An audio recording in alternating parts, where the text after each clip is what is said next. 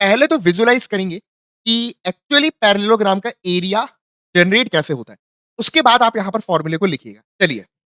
चलिए बच्चों, तो ये एक पैरेललोग्राम आप देख पा रहे हैं। यहाँ पर ये पैरेललोग्राम के 4 वर्टिसेस रहेंगे, ठीक है?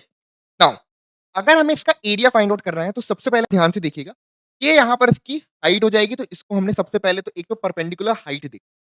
इस हाइट ने क्या किया, हमारे पैरेललोग्राम को जस्ट 2 पार्ट्स में डिवाइड कर दिया। हम ये नहीं कह रहे कि कौन-सा बड़ा है, कौन-सा छोटा। हम देख सकते हैं कि इसने हमारे पैरेललोग्राम को 2 पार्ट्स में डिवाइड कर दिया।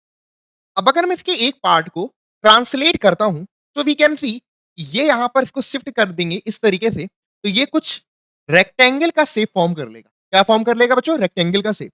तो now what we can see, यहाँ पर ये जो हाइट है, ये एज़ अ ब्रेड्थ की तरह काम कर रहा है ना? ये हाइट है, ये एज़ अ ब्रेड्थ की तरह काम कर रहा है।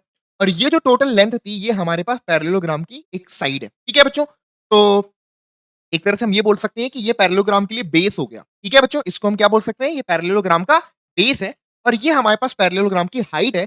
तो हम एक रेक्टेंगल का एरिया फाइंड करने के लिए लेंथ और ब्रेड्थ का मल्टीप्लाई करते हैं। तो लेंथ यहाँ पर आपके पास बेस हो गया और ब्रेड्थ हमारे पास पैरेललोग्राम की हाइट है।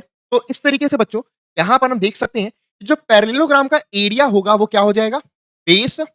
Okay, let's suppose this is the base, ये हमारे पास में बेस है और इनटू में आपके पास पैरेललोग्राम की हाइट, तो ये हमारे पास पैरेललोग्राम की इस तरीके से हम इसको हाइट लिख सकते हैं। क्लियर है बच्चों? ओके, ये हमारे पास पैरेललोग्राम की हाइट हो जाएगी।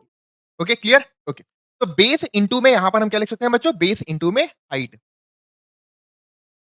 क्लियर? बेस इनटू में हाइट।